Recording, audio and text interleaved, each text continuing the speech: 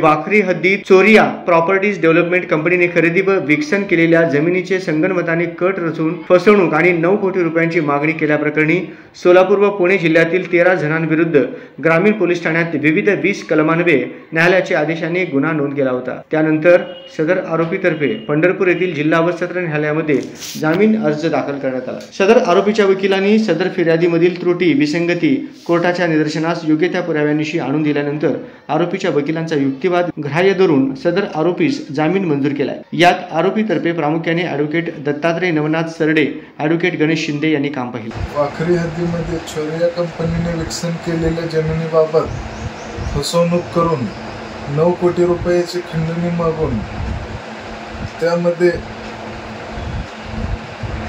अपहार केल्याप्रकरणी विविध कलमान्वये 13 जणांविरुद्ध सोलापूर आणि पुणे येथील 13 जणांविरुद्ध गुन्हा दाखल केलेला आहे। सदरचा गुन्हा हा न्यायालयाच्या आदेशाप्रमाणे दाखल झालेला आहे।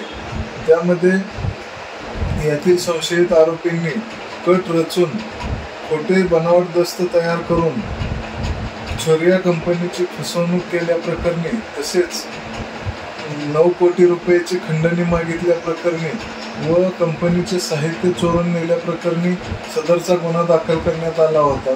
सदर गुन्ह्यामधील संशयित आरोपी दुर्गाप्पा वाघमोडे व नरसाप्पा वाघमोडे यांच्यातर्फे पंढरपूर येथील जिल्हा व सत्र न्यायालयामध्ये अटकपूर्व जामीन अर्ज दाखल केला। त्यामध्ये मेहरबान कोर्टाचे निदर्शनास असे आणून दिले की सदरचा गुन्हा हा खोटा दाखल केलेला आहे आणि या संशयित आरोपींनी कोणत्याही प्रकारचा गुन्हा केलेला नाही। चोरिया कंपनीने मेहरबान कोर्टाची दिशाभूल करून सदरचा आदेश मिळवून गुन्हा दाखल केलेला आहे।